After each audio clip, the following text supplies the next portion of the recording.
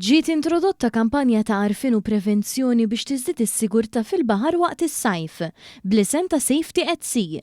Dan qed isir b'ħidma konġunta bejn Transport Malta u l-Ministeru għat-Trasport, l-Infrastruttura xogħlijiet pubbliċi, bilan li min jagħmel użu mill-baħar jagħmel dan b'mod responsabbli.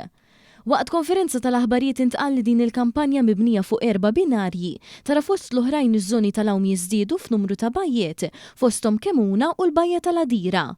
Il-Kap Eżekuttiv ta' Transport Malta Kurt Farrugia spjega ma' News dawn il-binarji fid-dettall dwar is-sinjali li wieħed għandu josserva fuq il-bajjiet li jkunu qed juru ċerti perikli, it-traffiku tad-dajes u aktar. Hemm regoli speċifiċi sabiex kemm wieħed jipproteġi ruħu meta qed jozz immanka jekk hemm dajsa fil-viċin kif għandha tapproċċja la darba jkun hemm is-sinjal li hemm xi ħadd jodos u r-raba' punt huwa sabiex inkunu attenti meta naqbżu minn x'imkien dak li jkun jieħu pjaċir bil-bajjiet tagħna minn fejn tista' taqbes imma tkun ċerti li meta qed taqbes il-qiegħ ikun wieħed fejn tista' taqbes b'mod sigur u biex dak li jkun dak il-pjaċir ta' ftit sekondi ma jispiċċax fi traġedja. Sa dan it-tant il-Ministru Chris Bonita dal messaġġ tiegħu lejn dawk kollha li jridu jgawdu sajf pajjiżna b'mod sigur.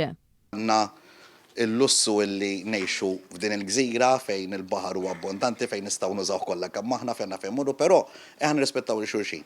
L-ammont ta' dajjes fil-pajjiż żdied, allura rridu naraw illi nimxu mar-regoli, ma mhux għax irridu nimxu mar-regoli, għax il-mument li kulħadd jimxi ma' dawk ir-regoli, hemmhekk nafu illi ħankunu safe. U l-kampanja Safety at Sea dik ħanfakru lil kulħadd x'jiġifieri nirrispettaw il-xulxin fil-ibħra tagħna. Biex bekk ikollna sajf sabiħ għal kulħadd ingawduh mal-familji tagħna u nieħdu pjaċir kif dejjem nagħmlu fis-sjuf Maltin.